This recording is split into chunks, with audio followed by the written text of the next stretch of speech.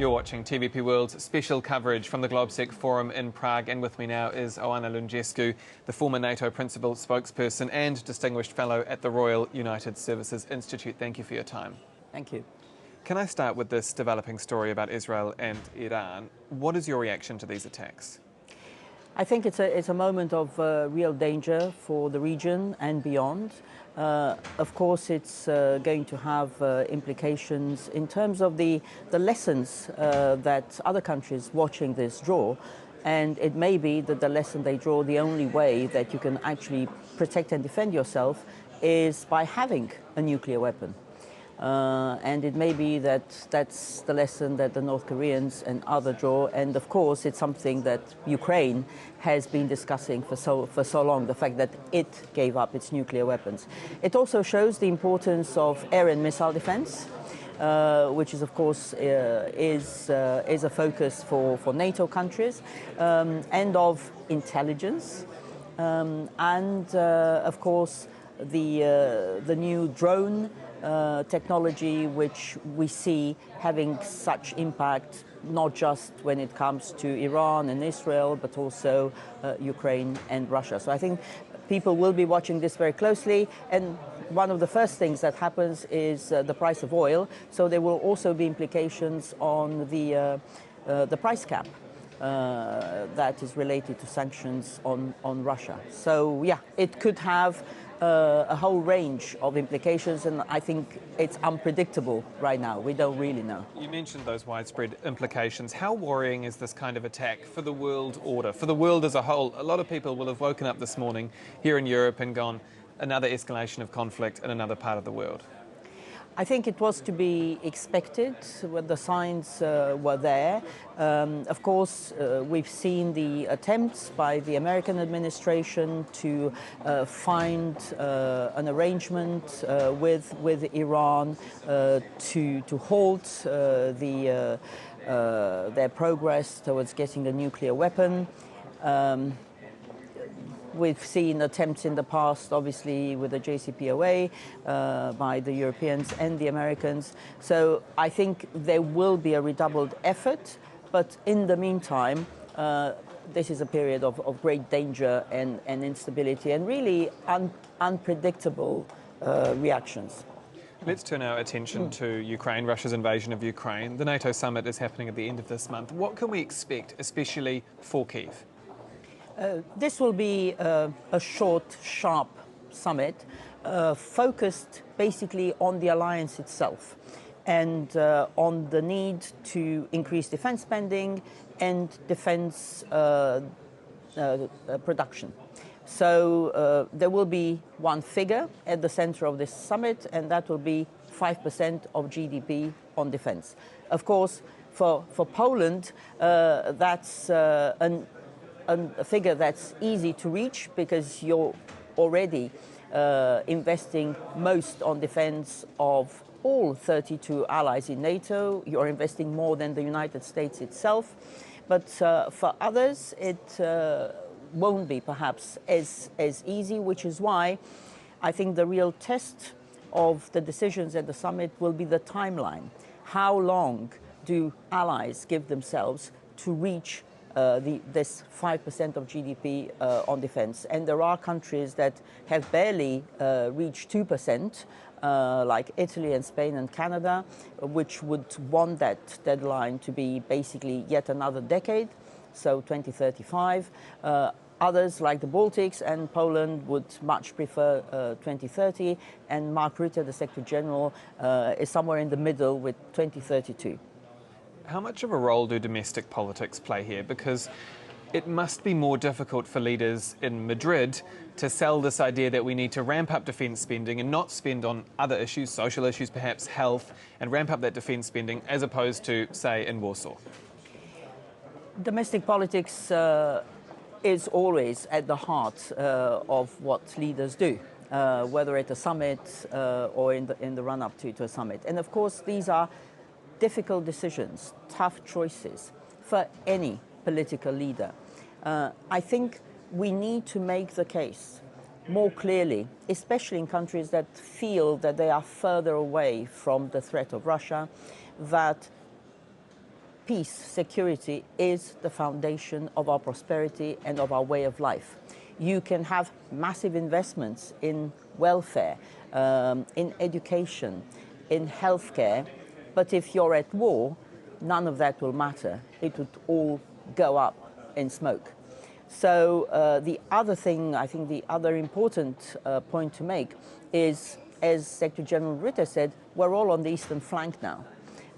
Russia actually thinks it's at war with us, whoever in Europe. It doesn't matter how near or how far. So we see this massive campaign of sabotage and destabilization and arson attacks from Warsaw as far as assassinations on Spanish soil. So we need to wake up to the fact that the line between war and peace is actually very blurred right now. You mentioned Russia's war footing. Mark Rutte warned again, joined the voices actually in recent days of warning that an attack, a more broader attack, could take place within the next 5 years. But to your point, does Russia, does Moscow, does Vladimir Putin already feel like he is at war, not just with Ukraine, but with the West? Yes. I think that's, we just need to listen to what Russian leaders say, and they've been saying that for a long time. It's just that perhaps we didn't want to hear what they were saying. We didn't take them at their word. But I think one of the lessons of what we've seen from at least 2014 onwards and the illegal annexation of Crimea is that we do have to take the Kremlin and President Putin at their word, because they see themselves at a war with the West. They want to redraw the international order. They want to re-establish a sphere of influence and control in Europe. And so unless Putin is stopped, he will not stop with Ukraine.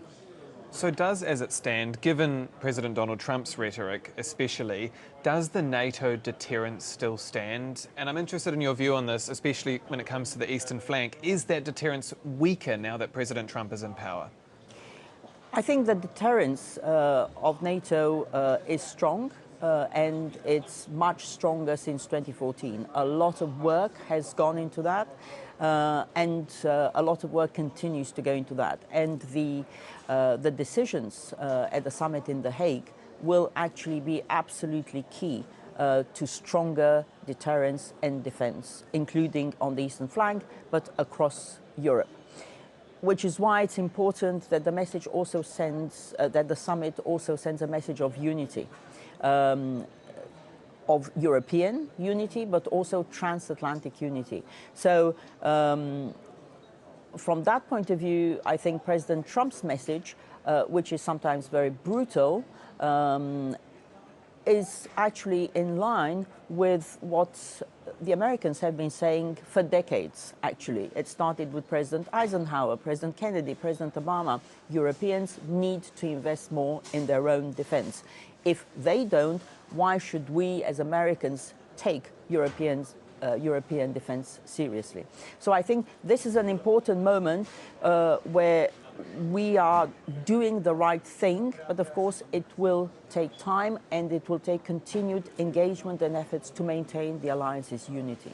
And I guess the question is, for the likes of, let's say, Lithuania or Poland or Finland, can they have confidence that in the case of an attack, America would indeed come to their aid? Yes, but of course we've seen messages from Washington and from this administration which can give rise to some doubt, which is why it's important that countries, every country in the alliance shows we are a serious, strong partner. So we are someone that you can trust and rely on. We're taking more responsibility for our own continent and for our own security. So it's in your interest to work with us, because this is a moment when we see Russia, China, Iran, North Korea aligning. So it's even more important that Europe and North America stand together. And it's also a time when both our allies in America, but also especially our adversary, only understand strength. So this is the true meaning, in a way, of peace through strength. We need to be strong, to stay together and to keep the peace. So one last question. Given what we've discussed, given America's changing role, the transatlantic relationship, the pressure on the EU, is this NATO's moment of truth? Yeah, it's an important moment in NATO's history where we will see, I'm sure, Europeans stepping up to the plate. We'll see Americans recommitting to the alliance, but I think the test will be in time. How fast are we able to increase our defense spending, our defense production, the type of cutting-edge capabilities that we need, and how effectively do we engage as Europeans with the United States when it comes to the posture review. So the review of American military posture in Europe. And hopefully, on the basis of the decisions taken in The Hague, we'll be able to see a coordinated approach to that review so that there are no gaps left in the defense of Europe before Europeans themselves are able to fill those gaps. Oana Lungescu, thank you again for your time. Thank you. And that's all for this exclusive interview here at the GlobSec Forum in Prague. Do stay with us. I'm Dahmen. Goodbye for now.